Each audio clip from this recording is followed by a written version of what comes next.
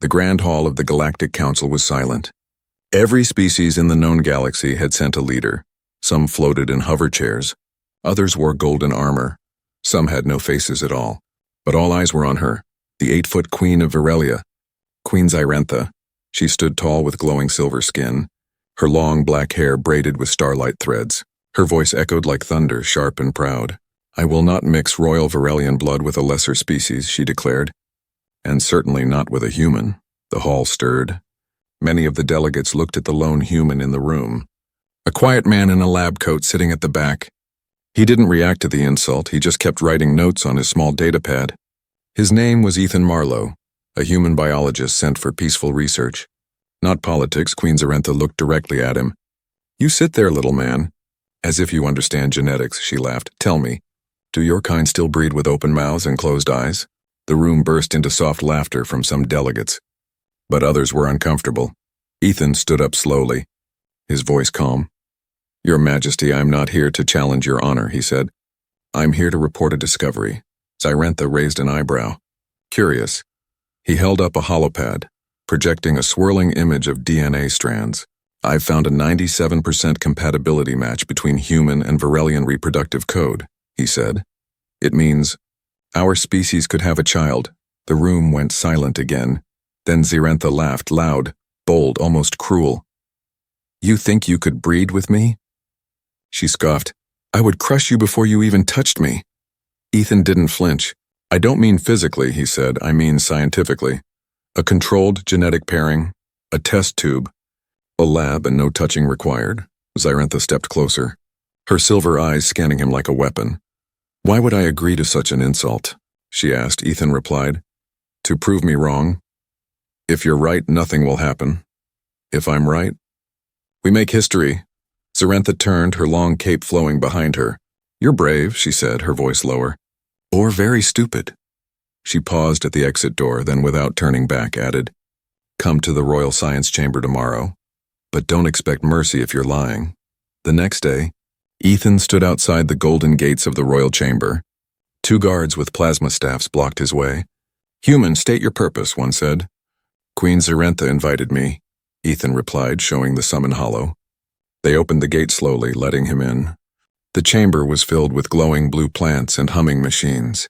At the center, Queen Zyrentha stood in a glass lab suit, her long figure glowing under the light.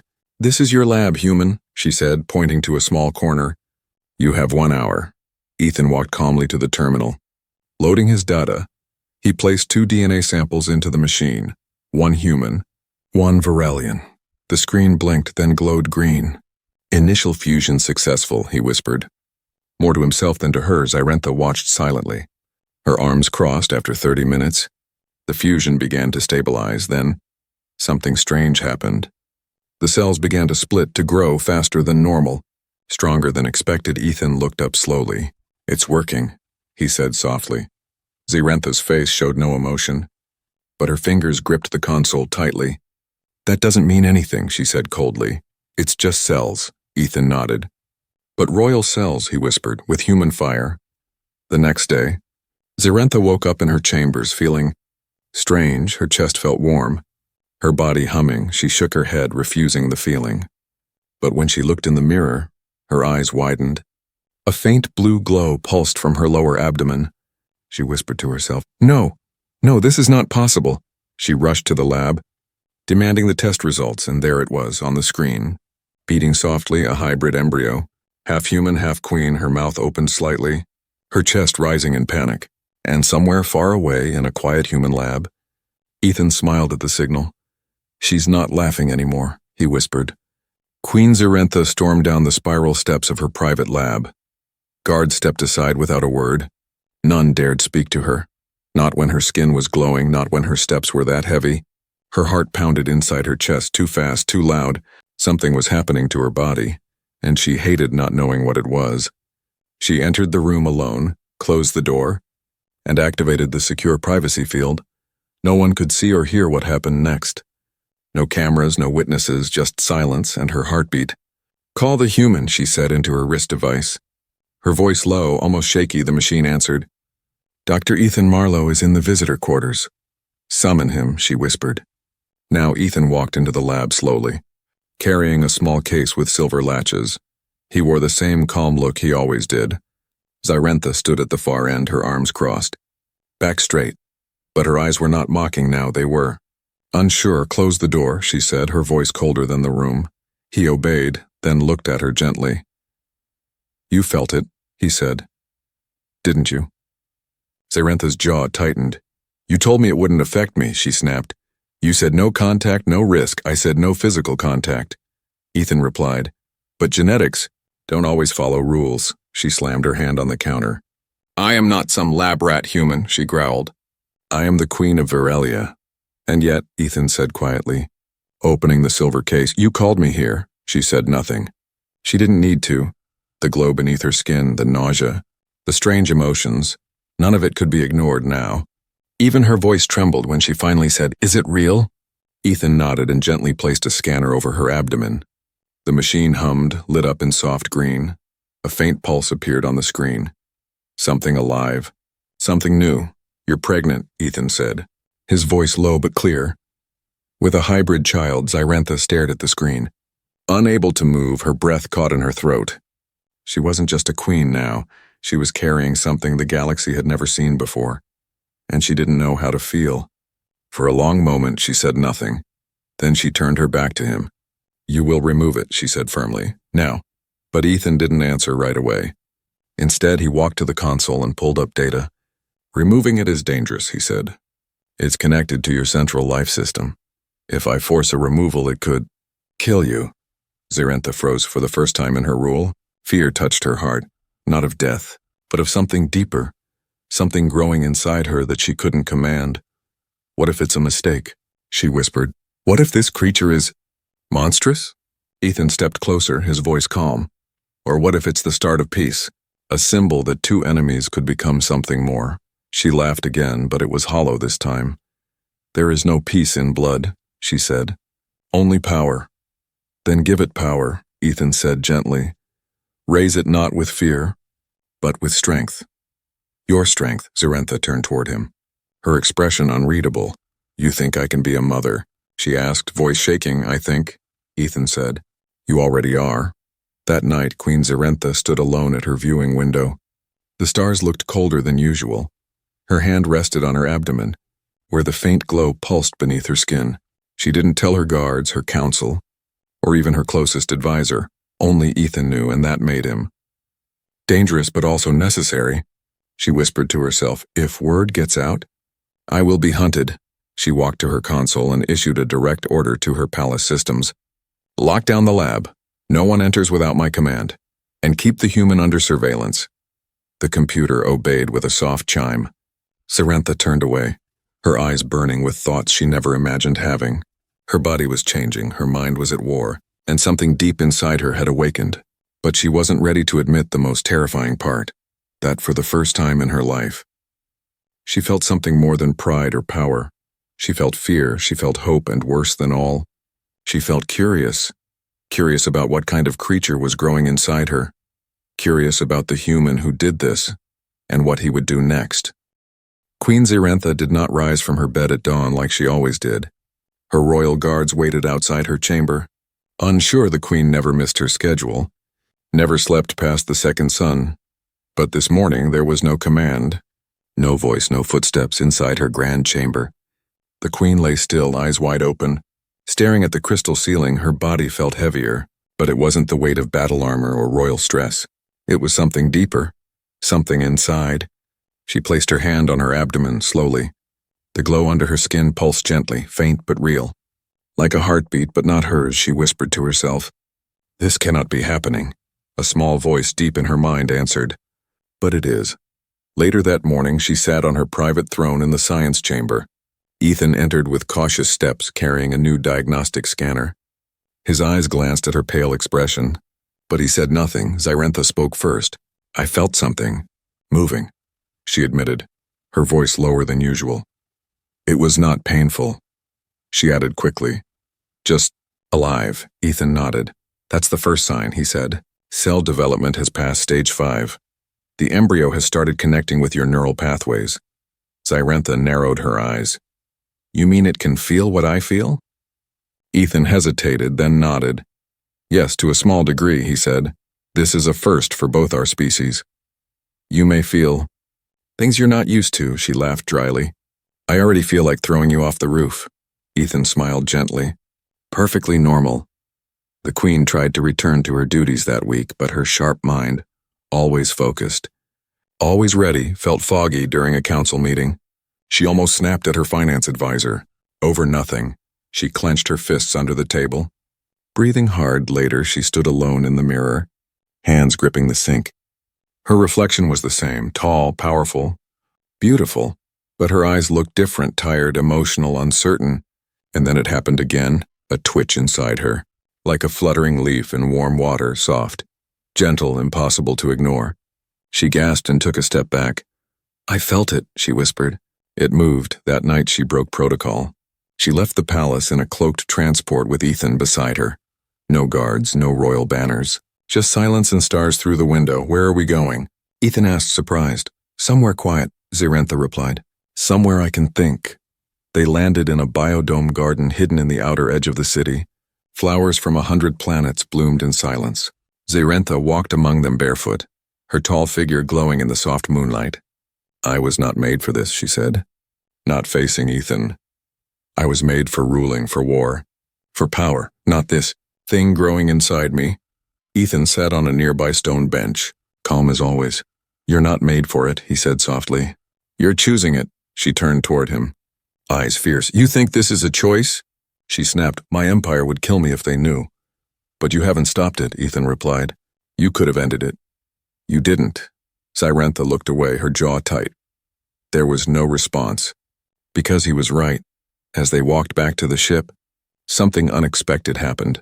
A small bird-like creature flew down from the trees and landed on Zirentha's shoulder. Normally, she would have swatted it away, but this time, she smiled softly. It chirped once, then fluttered off. Ethan noticed, but didn't say anything. Zirentha caught his gaze and said, Don't look at me like that. Like what? He asked. Like I'm changing. You are, he said. And maybe, that's not a bad thing. Back in the palace, things grew more complicated. Her royal healer noticed changes in her blood. Unusual patterns, unknown hormones. He asked questions, but she silenced him with a glance. I'm evolving, she said, nothing more. But rumors had started. Some servants whispered about her strange moods. Others spoke of her visiting the garden with the human. Her inner circle was watching, and soon, the council would too. Late that night, Zirentha sat alone in her chamber. The palace outside was quiet, but her thoughts were loud. She looked at a holoscreen showing the embryo scan. Small, glowing, alive, she whispered. What are you, little one? Then she reached out and touched the screen gently. A single tear rolled down her silver cheek. Not because she was weak, but because for the first time in her entire life, she didn't feel alone. Palace corridors were no longer safe. Whispers moved faster than ships now. The royal maid said the Queen's eyes looked softer. The kitchen workers noticed she barely ate. And the guards, trained to stay silent, felt something was off. Queen Zirentha, the unshakable tower of Virelia, had changed. She still spoke with command, still ruled with fire, but her mind, her body, something inside was shifting, and someone had started to notice. Her most trusted advisor, Vizrek, was a man of sharp eyes and sharper ears. He had served the throne for over 2 decades, and he knew Queen Zirentha better than anyone. He noticed how she touched her stomach when no one was watching. He noticed how she canceled training sessions, skipped meals, and stared at stars too long. And when he saw her walking beside the human, alone, with no guards, he knew something dangerous was happening. Vizrek didn't confront her directly. He did something worse. He reported it to the High Virelian Council. 3 days later, the council summoned her. 12 tall, pale, emotionless Virelians sat in a circle of black stone. The room was cold, carved from volcanic crystal. Zirentha entered, tall and proud, her steps echoing. But her pulse beat faster than usual. She knew why she was here. Councillor Rival stood first. We have observed shifts in your behavior, he said. Unexplained absences, private meetings with a human, and unusual medical readings. Another councillor added, Do you deny these changes, Your Majesty? Zirentha raised her chin. I deny nothing, she said. But I explain nothing either. A cold silence fell over the chamber. Are you hiding something that affects the future of our empire? Rival asked. If so, we must know. Zirentha clenched her fists beneath her royal sleeves. She wanted to roar, to command silence, but she remembered Ethan's words. You're choosing this. She turned slowly and walked out without a word. That night, inside her private chambers, Zirentha stood before a tall mirror. Her silver robe hung loosely around her shoulders. Her body was glowing brighter now. Especially her stomach, the pulse inside was stronger, warmer, deeper. She stared at herself. Will they call you abomination? She whispered to the child, or savior? Behind her, the chamber door opened. It was Ethan, called in secret. They know, she said without turning. They feel it. Ethan stepped closer. You have a choice, he said. You can tell them the truth, or you can run. Zirentha turned to face him. Run? She laughed bitterly. Where does a queen run to? Ethan looked at her softly. Where no one can follow. The next day, a secret was leaked. Someone in the lab, or maybe one of the inner guards, had stolen a copy of the embryo scan. The data showed something unthinkable. An unborn hybrid with half-human DNA. It spread like wildfire, reaching counselors, noble houses, and even media networks. Zirentha stood before the mirror again that night. But this time she was not calm. She was shaking with rage. They betrayed me, she growled. They leaked my child. Ethan entered the room, his face pale. Zirentha, listen, he said. The bounty has been activated. The council has put a silent warrant on the hybrid. They want it. Terminated. Zirentha's body tensed like a blade. Her eyes burned silver fire. No, she said. They will not touch my child. Within an hour, alarms blared through the palace. Zirentha had triggered a code black lockdown, reserved only for invasions or assassination threats. The council panicked. They demanded answers, but she gave them none. Instead, she and Ethan moved through the underground escape tunnels below the throne. Tunnels known only to the queen and her personal blood guard. She left everything behind. Her crown, her guards, her empire. The last thing she touched was her mother's sword. Hanging on the wall, she looked at it, then turned away. She would not fight for power tonight. She would fight for life. As they reached the final gate beneath the city, Ethan paused. Are you sure about this? He asked.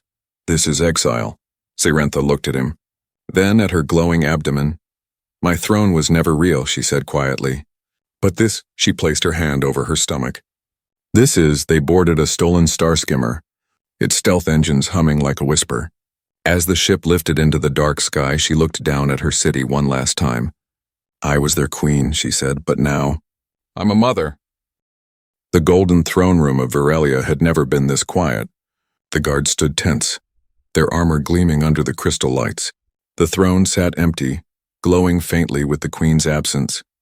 But the silence didn't last long. Counselor Rival walked across the marble floor with heavy steps. Behind him, Vizrek carried a sealed command document, signed by the entire High Council. Activate the Royal Guard, Rival ordered. The queen has abandoned her post. But sir, one soldier hesitated, she's with child. Rival's eyes narrowed. That is not a child, he said coldly. That is a biological threat.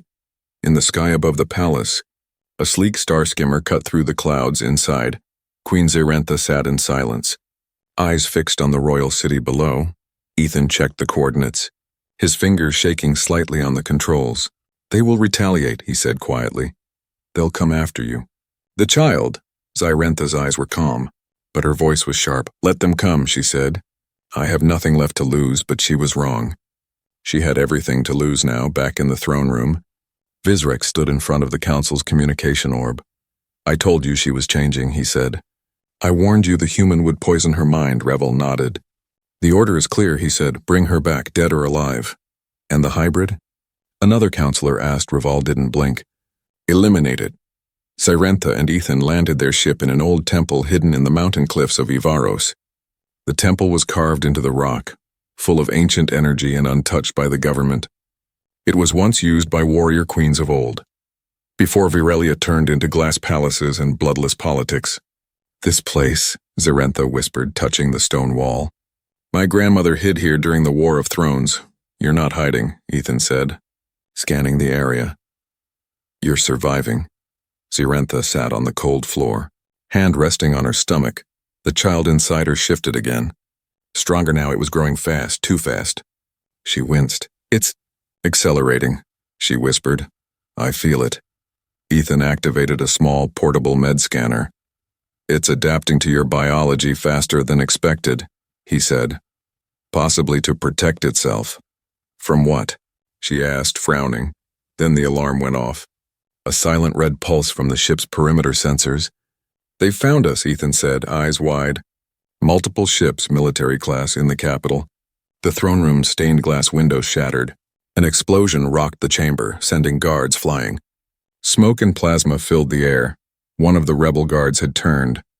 Not against the Queen, but against the Council. A female soldier named Aerith stood alone in the chaos. Her rifle raised. Queen Zarentha gave us honor, she shouted. And you betray her for politics? She opened fire, taking down 2 council guards before falling herself. Her sacrifice triggered chaos across the palace. Some soldiers refused orders, others fled. The empire was splintering, and the queen wasn't even there. Back in the mountain temple, Zarentha gritted her teeth as pain surged through her. The child was kicking hard, I think. It knows they're coming, she said, breathing heavy. Ethan set up a barrier field at the entrance. We can't hold them forever, he said. But we can buy time. Zarentha stood slowly. Give me a weapon, she said. Ethan hesitated, then handed her a plasma blade. It hummed to life in her hand, glowing like her skin. This is not the war I wanted, she said. But if they want blood, they'll taste mine first. The Council's assault team landed outside the temple with precision. Their leader, Commander Vesk, gave a single order. Do not engage unless attacked, he said. But if the child is confirmed, cleanse the site. The guards moved in pairs, weapons ready, but the first 2 who stepped inside never came back out. Zarentha stood behind a pillar, blade still warm. Her heart pounded, not with fear, but with a fury she hadn't felt in years. Ethan crouched behind her, protecting the medical pod with the hybrid scans. We have maybe 10 minutes, he said. They'll bring reinforcements. Then we'll end it before that, she said. Her voice cold. No more running outside. More rebel soldiers appeared, defectors from the Royal Guard. They had followed her signals, not the Council's orders. We stand with the Queen, they shouted as they joined the fight. The battle turned. Explosions shook the mountain. Smoke and blood filled the stone halls. Inside the heart of the temple, Zarentha knelt, gripping her stomach. It's coming, she whispered. The child. It's ready. Ethan rushed to her side, scanning. You're going into labor, he said in shock. But it's too early. This shouldn't be happening now. Zarentha looked him dead in the eye. It's not early, she said. It's destiny. The stars outside the ship looked calm.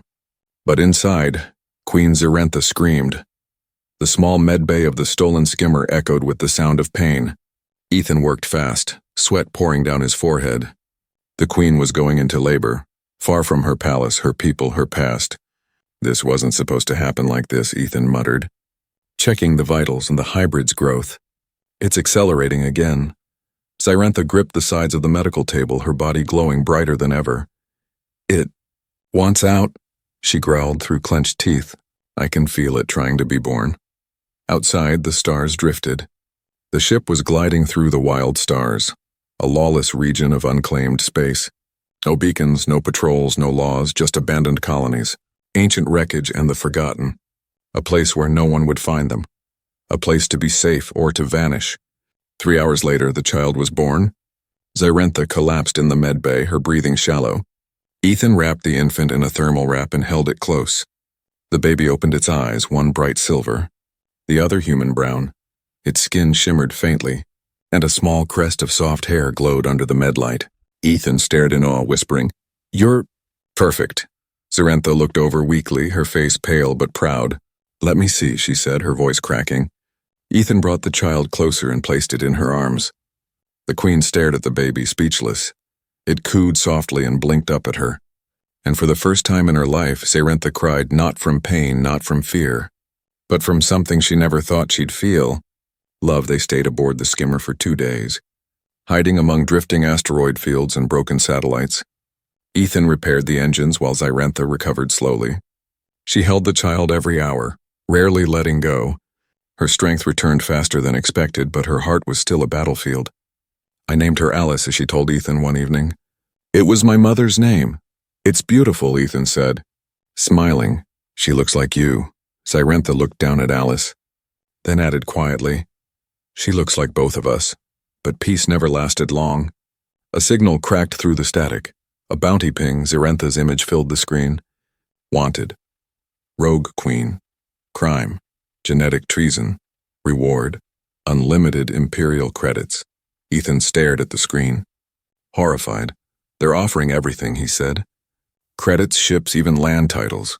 "They're desperate," Zyrentha replied, calmly rocking the child. "They fear what she represents." "She?" Ethan blinked. You already knew?" Zyrentha gave a tired smile. "I felt her long before she was born," she said. "She's not just my daughter. She's the first future this galaxy hasn't predicted." The next morning, they landed at a forgotten station drifting in orbit around a gas giant. A rusted place called Outpost Thalos, once a mining hub, now a refuge for outcasts. Smugglers and the broken Zyrentha disguised herself in a long cloak. Her face hidden beneath a hood, Ethan carried supplies, while she held Alice close to her chest. The outpost smelled of oil, smoke, and secrets. No one asked questions here. If you paid, you stayed. They found shelter in a quiet corner behind a sealed cargo bay. The walls were dirty, the floor cold, but to Zyrentha, it was safer than her throne. "This is not what I imagined," she said, looking around the small metal room. "I once ruled planets. Ethan. Now I hide behind crates." Ethan placed a blanket over the baby, then sat beside her. "You're not running anymore," he said softly. "You're protecting." She looked down at Alice, who was sleeping peacefully. "For the first time," she whispered, "I don't care about the Empire. I care about her." Later that night, a stranger knocked on their cargo door. Zyrentha reached for her blade, eyes alert, but Ethan peeked through the vent and paused. "It's a woman," he said, with Varelian markings. They opened the door. Slowly, the woman stepped inside, tall, armored and scarred. She bowed deeply, surprising them both. "I am Captain Vina," she said, "former royal guard. I came to serve the true queen." Zyrentha narrowed her eyes. "I have no crown now," she said. "I gave it up." Vina shook her head. "No, Majesty," she said, "you gave up power. To protect life. That is a ruler worth following." By morning, more arrived quietly. Carefully, a broken pilot, an old healer, 2 exiled soldiers one by one. They came, not for wealth, not for war, but for her. For what she represented, a new beginning. And in the darkness of the wild stars, a new light was born. Small, glowing and crying gently, Alice, daughter of 2 enemies. Now the heart of a silent revolution. Zyrentha stood at the window of their hidden shelter. She looked out at the stars, then down at her sleeping daughter. "They hunted me as a traitor," she whispered. "But I will rise as a mother, and one day they will kneel to her." The quiet hum of Outpost Thalos was broken by distant engines. The sky above the gas giant turned darker. Dozens of ships pierced through the clouds, sleek, cold, and marked with the Varelian Council's seal. Inside the hidden cargo bay, Queen Zyrentha watched from a narrow viewport. Her silver eyes didn't blink. "They found us," she said calmly. Ethan stood beside her, holding baby Alice against his chest. She had just fallen asleep. Her tiny fingers curled into his shirt. "I counted at least 12 ships," he whispered. "No patrols this time. They're here to end this."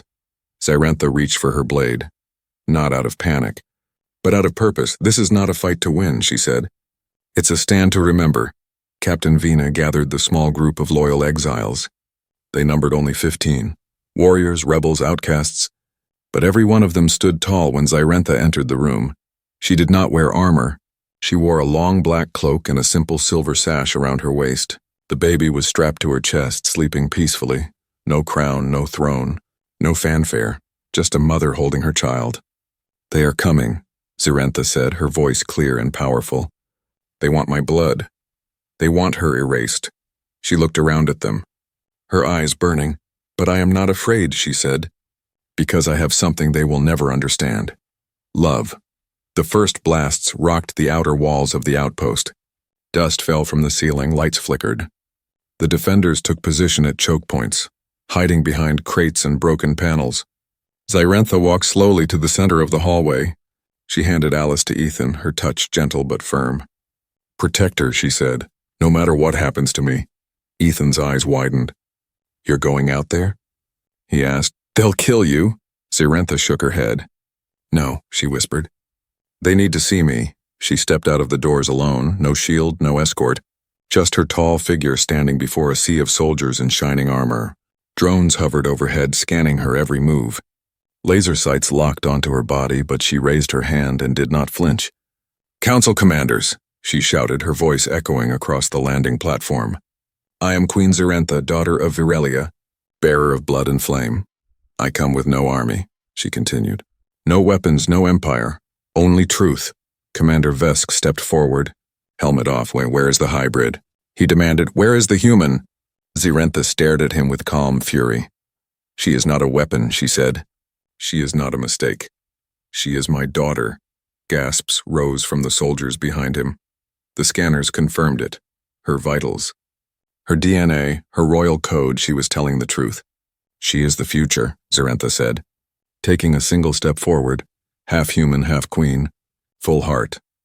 And if you kill her, you kill what little hope this galaxy has left. Inside the outpost, Ethan clutched Alice close as the walls trembled. The child's silver-brown eyes fluttered open, and then something strange happened.